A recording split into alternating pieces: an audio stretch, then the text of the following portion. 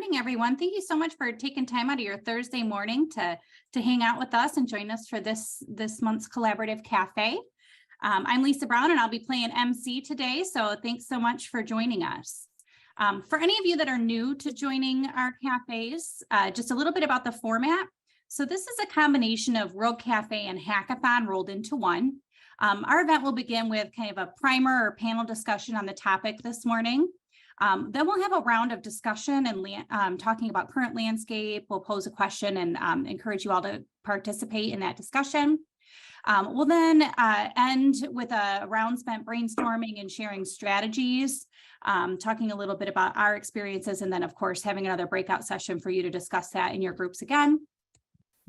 Because of the format of this, to have the most collaborative experience, we really encourage all participants to turn their cameras on if you're comfortable, even if you're, sipping your coffee and it's still early in the morning. It really helps with the dialogue between to see each other's faces and have that conversation. So just real quick, our agenda today, we'll introduce our speakers. We'll let them dive into the discussion. Then we'll head into our first breakout and we'll share a question for you to share or to discuss in your group. We'll then take some time to report out on what the different groups discussed, go into another little discussion from our featured speakers here. We'll have a second breakout session, take some time to report out on that. Then we always leave some time at the end of our cafes for Q&A. So if you have anything that comes up that isn't addressed or discussed to the group, or ideas that come after the presentation, we'll address them at the end there. So let's dive in and introduce you to our speakers here today. So first we have Tara Kiley. She is the Director of Client Services at HR Collaborative, and she oversees and leads our recruiting, compensation, employee engagement, leadership and team development, and consulting services. Tara has dedicated her 20-year career to working with business leaders to elevate their people strategy and operations, specializing in HR functional and strategy design, people and project development, and employee relations. Then we also have Lisa Struck. She's a business strategist and consultant with more than 20 years of experience providing tactical and strategic HR knowledge and support. As one of HR Collaborative's business partners, Lisa develops and implements systems and practices that elevate employee experiences and business outcomes. So with that, I'm going to turn it over to our featured speakers today. Thanks, Lisa. I appreciate that. So good morning, everybody. Happy Thursday. Today, we're going to be talking about the wonderful topic of HR budgets for 2023. And so Lisa here and I are really excited to be sharing with you guys some insight and information that we've garnered over our years in HR and some insights that we've gotten from some of the leaders that we've worked with. So I'm going to go ahead and start, Lisa, and ask you a couple of questions if you don't mind. Sure. Can you just give us a little bit of insight, since you've been consulting and working with a lot of leaders in our community over the past several years? What are they saying about next year? What are they talking about for 2023? I would say that there's probably three big topics for next year for right now. Number one, recession, right? It's, are we there yet? Are we going into one? Where are we with this? And a lot of leaders think we will be seeing recession within the next 12 months. So that's a big deal, right? And then the second one would be inflation. And if you just walk around the grocery store, obviously you see it. We all see it. We can feel it already. And, I know I've watched a lot of clients through their open enrollment and renewals for insurance. We saw a big hit there. So if you were one of those companies that had a single digit renewal, count yourself lucky for this year in that space. And then I think the third one is really a couple of the issues that are happening tangled up in the courts right now when it's pertaining to some of these budget issues. So we're looking at things like the independent contractors. New rules are coming down there. What does that mean for employers that use independent contractors? We don't know yet. That could have a big impact. We also are seeing that there's potential with the exempt status threshold for salary adjustments. That's going to be a big one as well for companies. And then finally, if you are an employer in Michigan, we're all waiting to see what's going to happen with the Michigan Paid Leave Act. So those are three big things that could potentially hit the budget as well for this year. Sure. So it's kind of a perfect storm, it feels like. Yes, absolutely. So, something too with recession as well is typically when the US or the world enters a recession, that tends to really impact business leaders' thinking and thoughts about investments in new technology and new staff, hiring freezes. You hear that a lot. Is that something we're thinking could possibly be on the horizon? It could definitely be in the horizon, right? So I think right now, we have to continue to really say, okay, what are we gonna do when we're in the situation of unknown? And Sure. one of the best things we can do is continue to communicate with employees. And be transparent with what's going on within our work environment, because you're right, a lot of businesses kind of tend to pull back a little bit or maybe to freeze things because of the unknown. So in HR and as leaders, we kind of have to balance, okay, well, what can we do right now, maybe with a limited budget or some of these unknowns that can really have an impact for our organizations. Sure. Thanks for that. So as an HR leader, you're an HR leader here at HR Collaborative, you've been an HR leader in other organizations.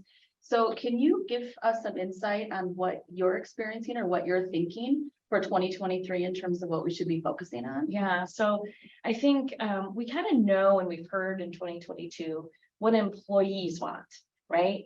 Especially coming out of the COVID coma. They're looking for flexibility, they're looking for connection, they're looking for innovation, they're looking for having that engagement within their work environment, right? So I think that's going to be huge for 2023, especially with the talent issue that we have going on still, right?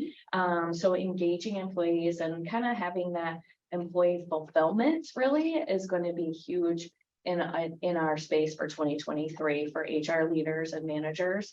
And having that balance between, okay, we have tight budgets, but then how are we going to kind of give employees what they're looking for? It's going to be the trick for 2023. Yeah, absolutely. And making sure that we're meeting the leaders' need as well. So this is a great slide. I love this slide because it really shows how the HR impact can hit the bottom line, which is really very important for us to show, especially if we are going to be entering into a recession and obviously with inflation and with tight budgets, to show our leaders that HR initiatives really do impact the bottom line in a very positive way. Yeah. So looking at this slide, I love that it starts with strong leaders. Yeah. So let's talk a little bit about that. Yeah. What's been your experience with making sure, with at least the experiences of strong leaders in an organization, how they impact? Yeah, so I think I could probably get a major head nod when I say that. We have a practice where we promote people because they're good at their job, and then we promote them into a leadership role. And then sometimes we get stuck right there, right? We don't necessarily give them what they need right there, with training them and making sure that they're really equipped to do that people leader job. And we know, we've seen the stats, we've all seen the stats on employee engagement really starts with the manager. People leave their manager a lot of times. We see stats on that as well. So that is huge. I love this slide because of that too, because strong leaders make a huge difference within the organization. And I can see it with the clients that I work with that sometimes it's hard to know where to start when it comes to, wow, what training do we really give, right? So becoming clear with what training people need, what training your leaders need is key to this. Because I think sometimes the C-suite they don't have all the answers there.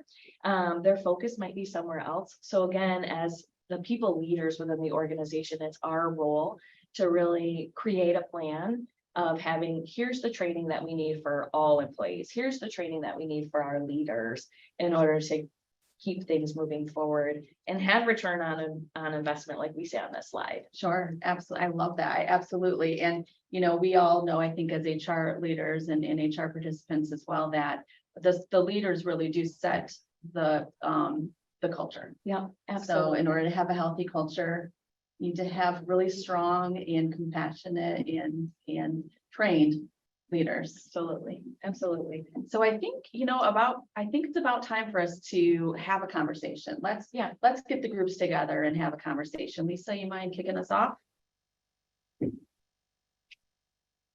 If I unmute first. So not at all.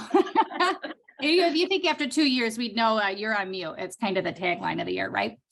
So we're going to break out into groups here shortly. And what we'd like our groups to discuss is just, brief introduction of yourselves within your group. But then our topic for discussion is going to be what are your roadblocks for implementing HR strategies?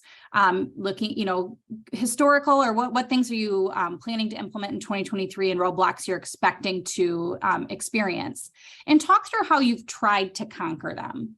I will pass it off to our handy dandy tech team to break you out into groups and begin those discussions. Thanks, Lisa. Appreciate that. And we should be able to kick off soon. I think you guys will have about 10-15 minutes in the breakout room. So use your time wisely. And what we'll do is we'll spend time talking about in this first breakout some of the problems. And then we're going to spend a lot more time, and Lisa and I will chat again about some really, effective and low cost ways to impact our organization for 2023 when we all come back together. Welcome back, everyone.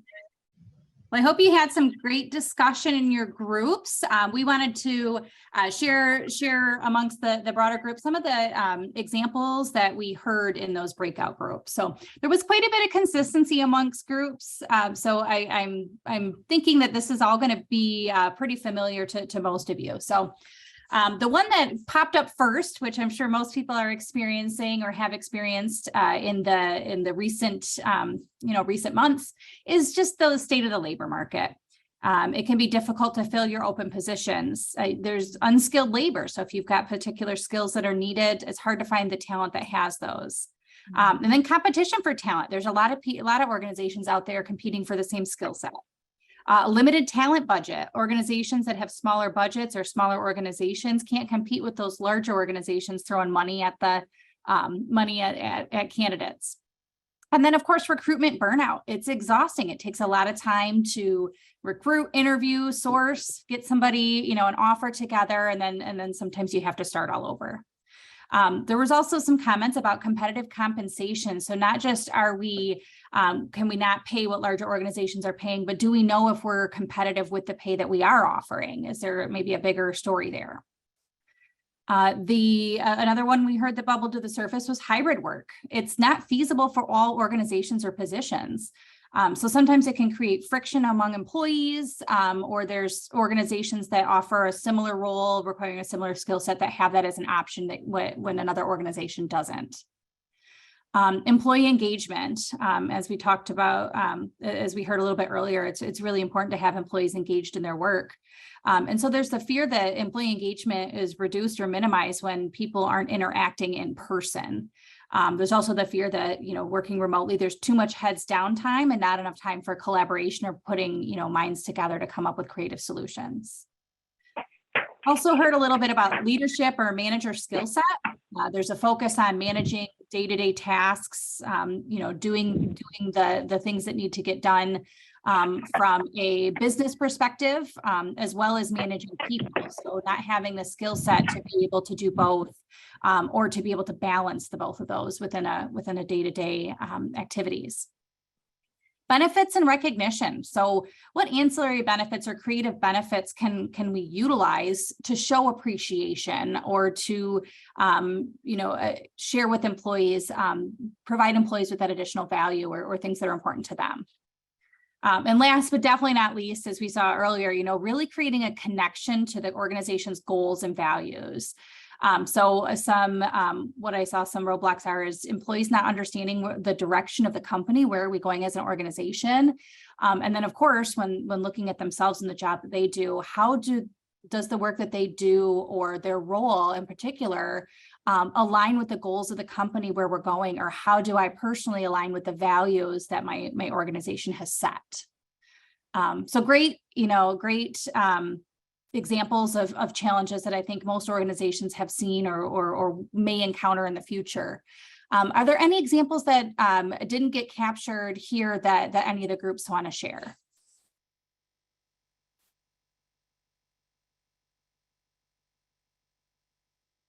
I'll jump in. So one of the things our group experienced it or talked about an issue was just how challenging it can be to deal with maybe tardiness or absenteeism, et cetera, because the risk of losing the folks, we used to get a second chance and now we might get a third or a fourth or a fifth because although it's really crummy. So how do we still have those rules and expectations and not have people take advantage of them because we need them so desperately?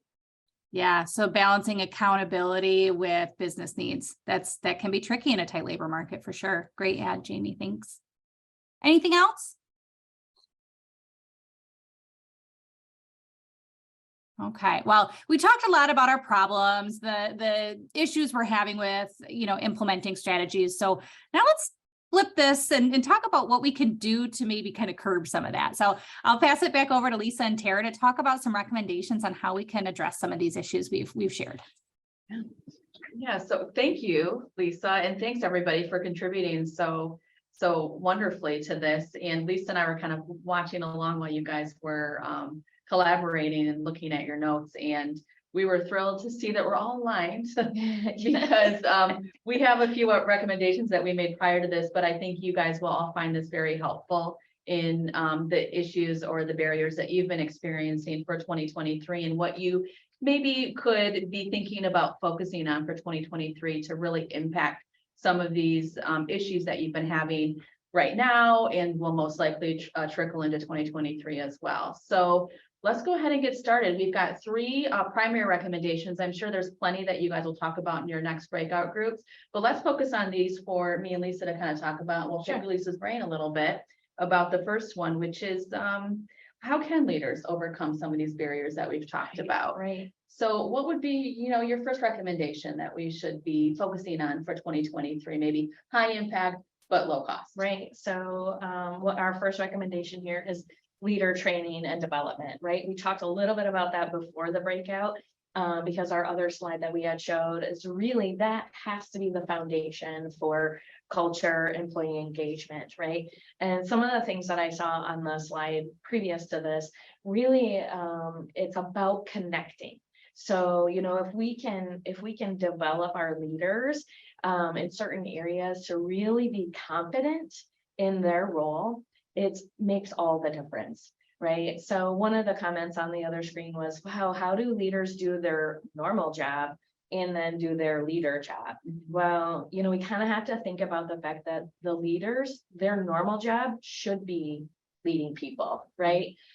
So it has to be built in and baked into their normal work.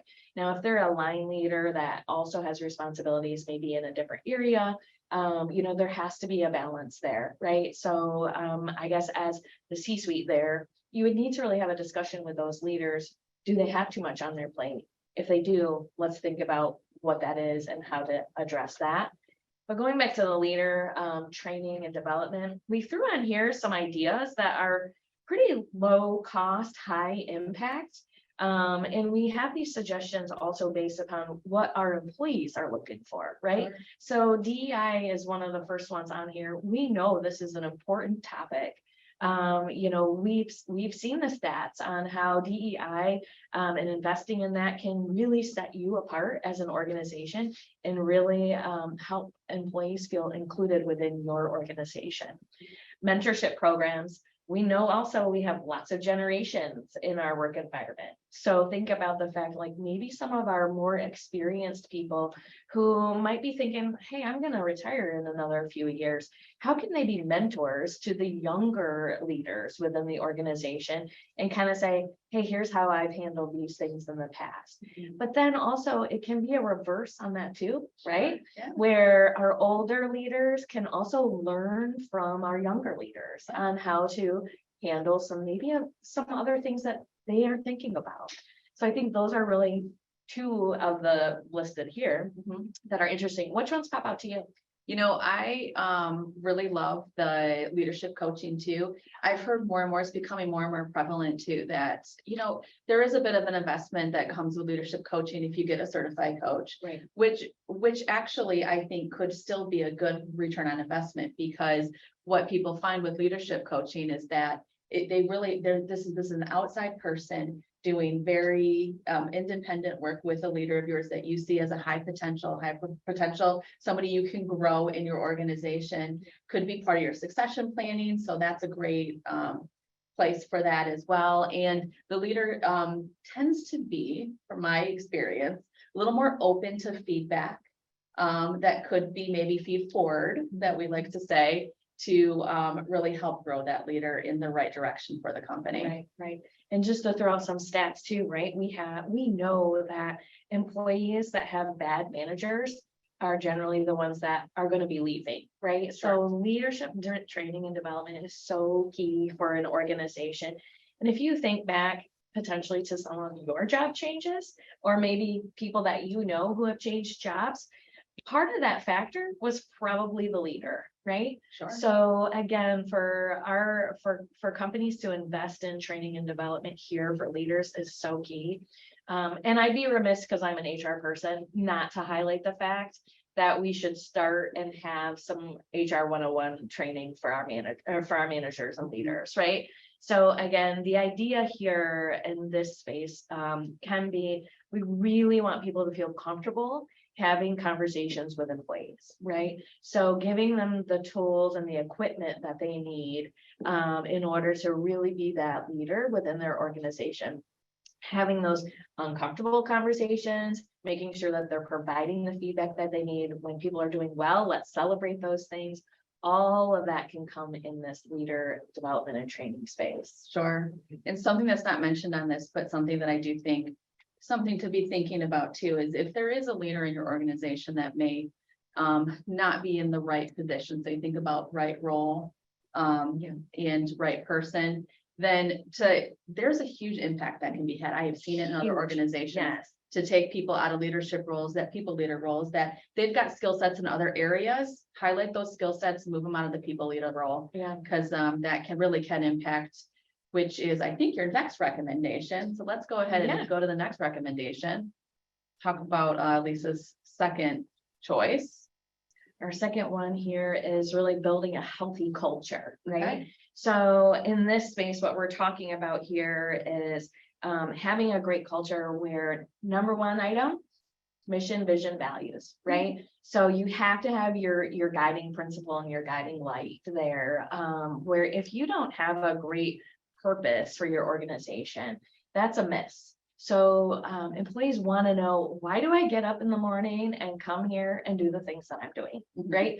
So having that purpose is huge for employees and connecting them to that.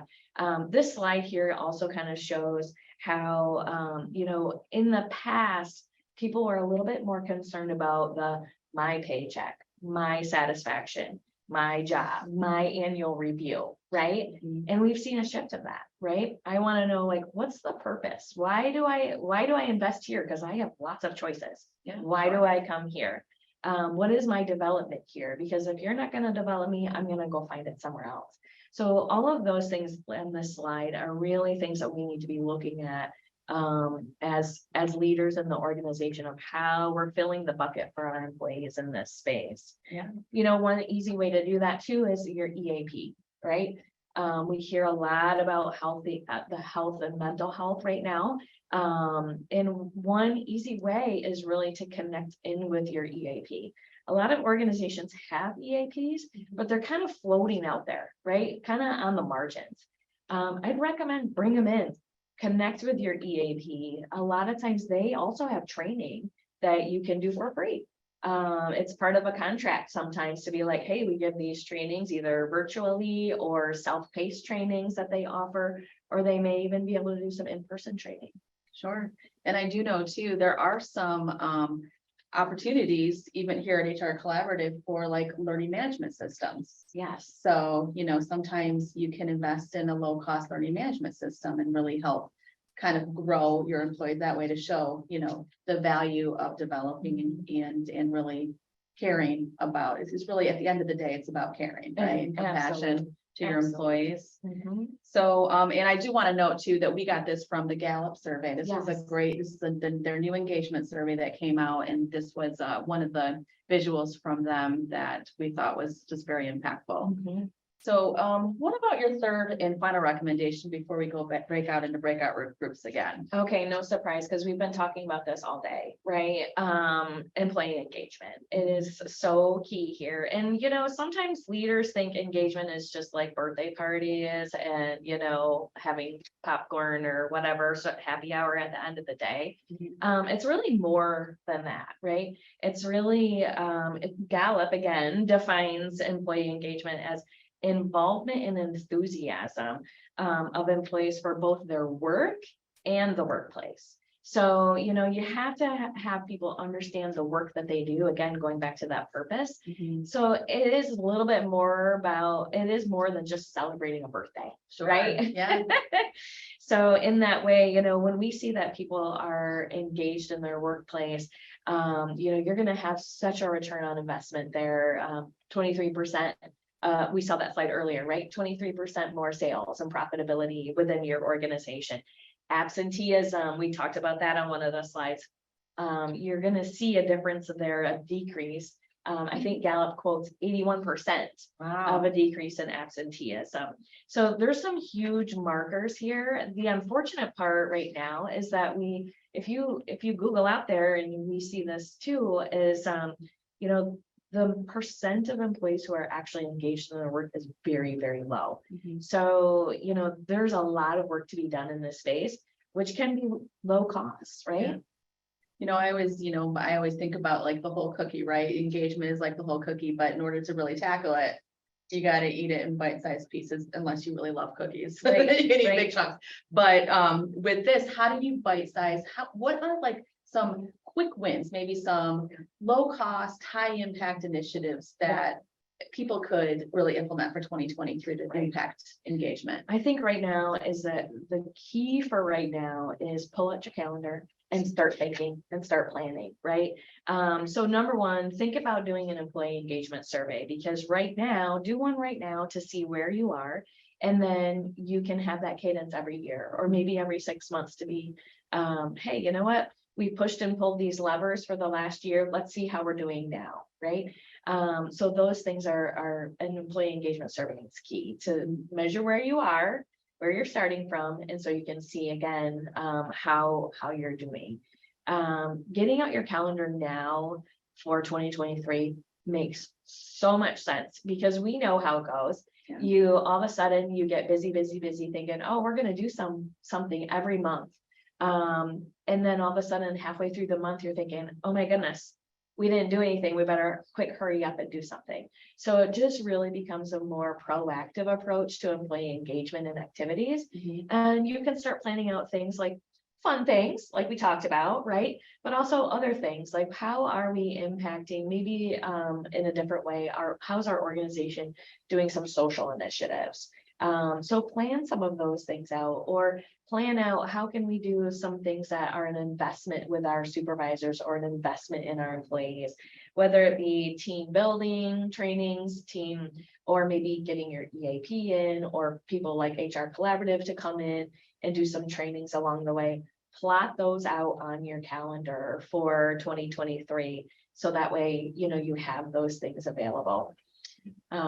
Do you have any ideas as well? Yeah, you know, I think there's a lot of small things that people can do for employee engagement that can really matter here. I mean, I think a lot of it, and it can be low or no cost. I think a lot of it is the conversation or communication, is people feeling like they're connected to the purpose, understanding what the company values are, feeling that the company is living the values, and then having a good relationship with a good working relationship with their leader to be able to have open conversations. And I think the leader should be having open conversations with their employees about company items, obviously, but also about personal growth and development for that employee. So what's up next for you in this company? Where do you see yourself in a year? How can I help you get there? It Absolutely. can just be very general conversations, which I think is why we go back to the foundation of any kind of really true impact is the leader, Mhm. and how to really grow and mold your leader into really strong leaders. Right, and I think you hit it on the head here, where caring managers is key. So, you know, that's definitely a shift that we've seen since, especially since COVID, right? Being that caring manager and having that connection with an employee and having those one-on-one development and conversation opportunities. And, you know, I like to say it's a little bit more than just, you know, how's your weekend? But it's not a formal review. It's somewhere in between those two things to Yeah. make those connections, right? In that development opportunity. Absolutely. So I think, you know, where those participating today are going to find a lot of value is in the conversation with each other. So love to kick it back over to Lisa. Yes. To have to get our breakout groups going so we can really talk about what our 2023 budgets are going to look like, what our plans are going to be, what are the low cost or no cost initiatives that folks can start to focus on for 2023. Yes, absolutely. So we're going to break out into our groups, same groups as we were in before. And what we'd like our topic to be our topic of discussion to be this time is, you know, kind of based on what you've heard, the recommendations that Lisa and Tara have shared. What strategies or goals are you thinking of implementing in 2023?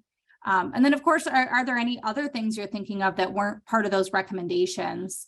And ultimately, the goal for this breakout, which is going to be a little bit longer than our first one, is to think about your goals, your organizational goals, and really walk away with this by writing down 3 specific goals that you want to bring back to your company, some action items that you want to share with them to say, hey, I've been thinking about this, and these are, you know, 3 things I'd like to accomplish in the next year, to again start, and then like Lisa recommended, pulling out that calendar and saying, okay, when do I hope to accomplish these? So we want you guys to walk away with some tangible things you could share with your organizations. So with that, we'll break out into our groups and start writing down our plans for 2023. We're back. And here they all come. Boy, you guys are squeezing every last second out of that conversation. I saw so many wonderful, you know, goals as well as solutions on how to achieve those goals. So you guys are overachievers, which is wonderful. As a reminder, we will be sharing these slides. So if you didn't take detailed notes during your discussion, we will send out these slides with those ideas. So again, had some great conversation, and I know you guys were just dying to dive in and start working on these solutions, right? So let's start talking about some of the themes that we heard or that I saw between the different groups. I think what rose to the surface for most of the groups was, you know, training, in particular that supervisor and leadership training. What I really liked, one group underscored, you know, understanding who they, as in like the leaders, are and their individual team dynamic. So really understanding what the team's needs and motivators are, as well as the individual leader, and assessing, you know, is not only is this person a good fit for the role, but do they have the skills, or do we need to develop that? There was also some comment about employee training. So, you know, can we provide some opportunities for job enlargement if there's not a promotional opportunity?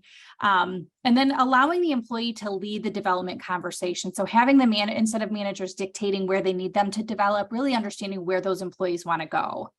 And I saw there was a comment I wanted, like, I'm not sure about a solution here, but here's something I'd like to, you know, kind of work through and set a goal to do is, you know, understanding what organizations with smaller, maybe smaller teams or less opportunities for development or promotion to do. And I think Debbie had shared with that group, and I want to make sure everybody's aware that, you know, sometimes organizations have to be okay with some of that turnover due to development. So understanding that maybe we don't have an opportunity to promote somebody into positions, but we're going to develop them as an individual to be a great contributor to the team. And if we develop them so well that they have the skills to go elsewhere, we have to be comfortable with that. Communication. We know communication is so important. And so having an intentional communication plan is a great goal and a great strategy.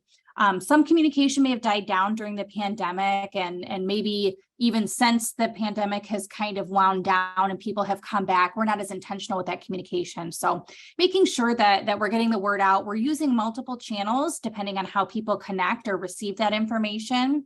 And then also being understanding of current economic factors and tailoring the content in that communication to really be meaningful to your employee groups. I saw another one about engagement surveys, and we talked a little bit about that. Lisa and Tara did about, really understanding where your employees are and giving them that opportunity to tell you where they feel that they are. A great way to do this to increase participation, ensure anonymity, and that really constructive, honest feedback. You can use a third party or a process that allows anonymous responses. And then using that feedback from your employees to create those action items or those goals, help facilitate or support the intent to accomplish those goals in the upcoming year. There was a comment in there about benefits eligibility, reducing the waiting period, offering part-time benefits, PTO, something that, that can help, I think, with that initial, attraction and retention, getting those candidates in the door and having those things available to them right off the bat. And also to part-time employees, do they have, benefits or PTO available to them that would make them choose your organization over another? I thought this was a really cool idea. And Tara, Lisa, and I were discussing about how we've seen this work in other organizations, is having an employee or community board to allow employees to celebrate amongst themselves, celebrate one another, and then also share their personal successes. So if they want to spotlight, something that they accomplished in their personal lives or maybe something that their family experienced that they want to share with the broader team, it allows them an opportunity to share that to the broader audience. Another great idea I saw shared was utilizing external resources. So for those of you in the nonprofit space or those that have the ability to apply for grants to fund some of the solutions that you'd like to implement for your organization, see what's available out there that may be able to support you if financial constraints are limiting your ability to do so. Look to your EAP. What's included? A lot of times it's more than just, that initial outreach. If I'm running into a tough situation, they'll have legal, some legal consultation, financial coaching. There's usually with an EAP, there's a lot of pieces in there, and really communicating that to your employees as to the whole package, maybe highlighting something every month that's part of your EAP package to really encourage employee participation. Lean on your benefits agent or provider, Priority, Blue Cross Blue Shield. A lot of times when you have employees enrolled in benefits programs, there's more than just, your co-pays for your doctor visits. There's other resources, apps that those providers or insurance agencies may have that have resources available to employees. There's also no-cost solutions such as like the GoodRx app. There's ways for employees to find the cheapest co-pays for prescription medication that they may be on, or providers that are within network that the agent will provide rewards for using their in-network preferred providers versus others. And then of course, leaning on, thanks, Robin, and the Employers Association may be another resource for employees or for companies. And then last but definitely not least, lean on that fractional support. There's, gig workers out there. There's, experts that you can have, on a fractional basis. And then really understanding, what does HR need to do or keep within that HR umbrella? What do we have to do? What's the most important thing for us to do? And what can we delegate? Can we bring somebody in on a fractional basis to do that for us? Is this an opportunity to develop some other areas or lean on other departments to help us accomplish what we need to do, because we need to focus on what's most important or what moves our organization forward? So those are the ones that I really saw rise to the surface. Are there any other examples or goals that were shared amongst the teams that I didn't encompass here that really you want to share with the entire group?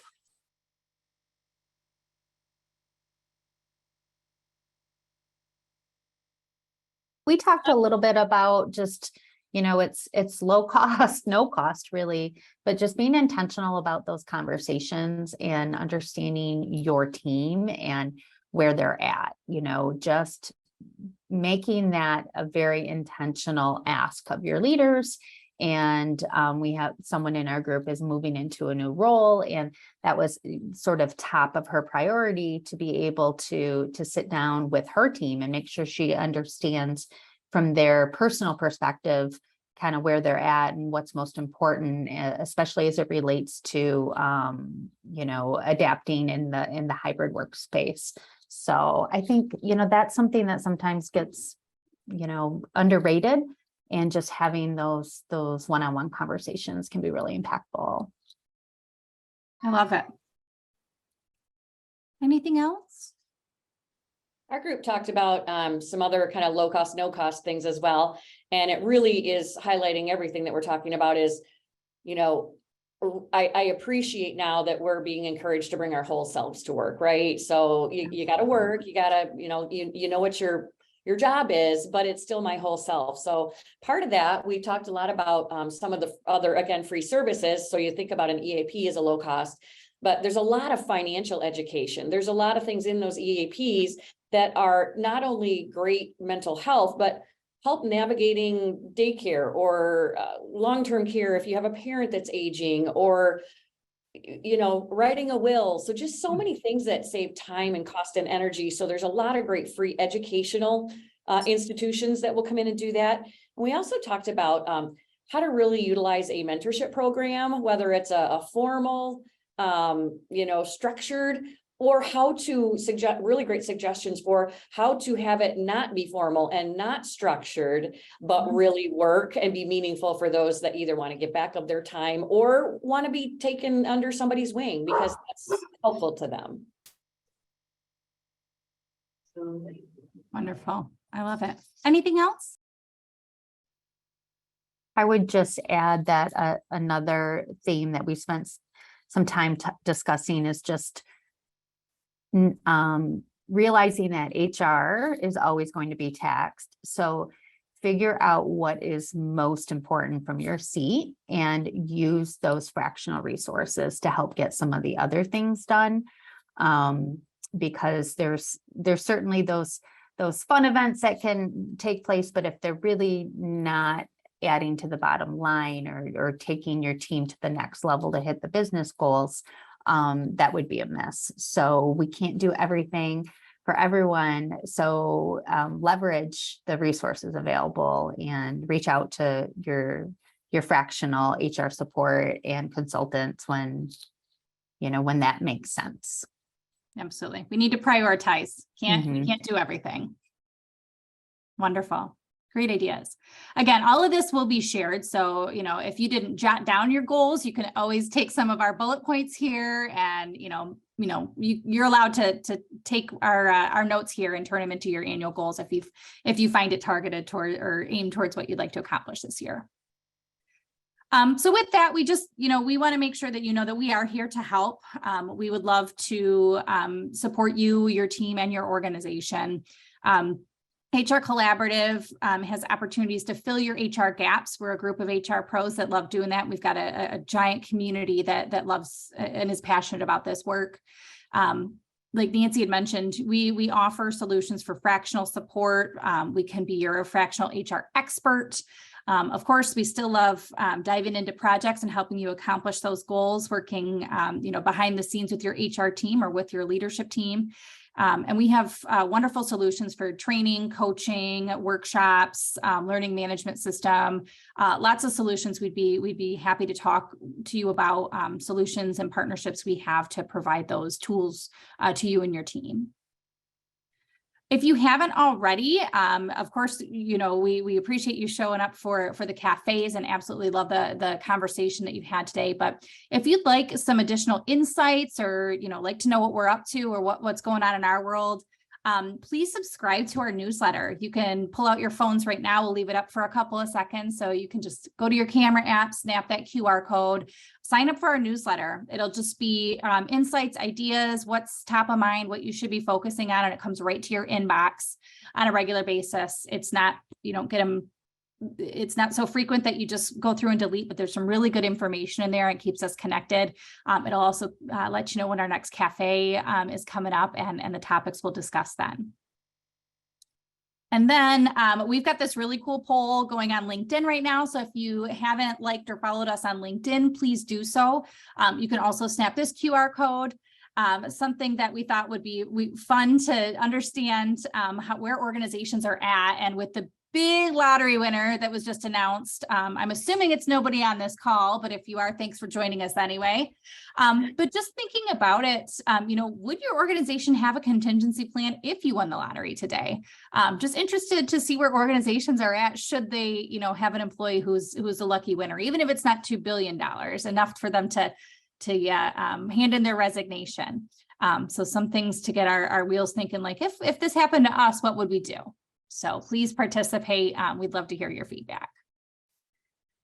Last but definitely not least, thank you guys so much for participating this morning, joining our conversations. It's always enlightening to us to hear what organizations are facing, helps us make work better, not only for ourselves, but for all the clients and the community that we serve.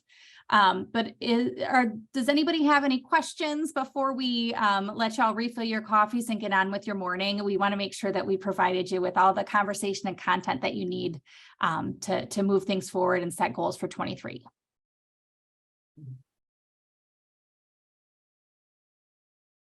All right. Well, I'm just so glad to hear that everyone is fulfilled. They are, wheels are turning, ideas are flowing, goals are being set.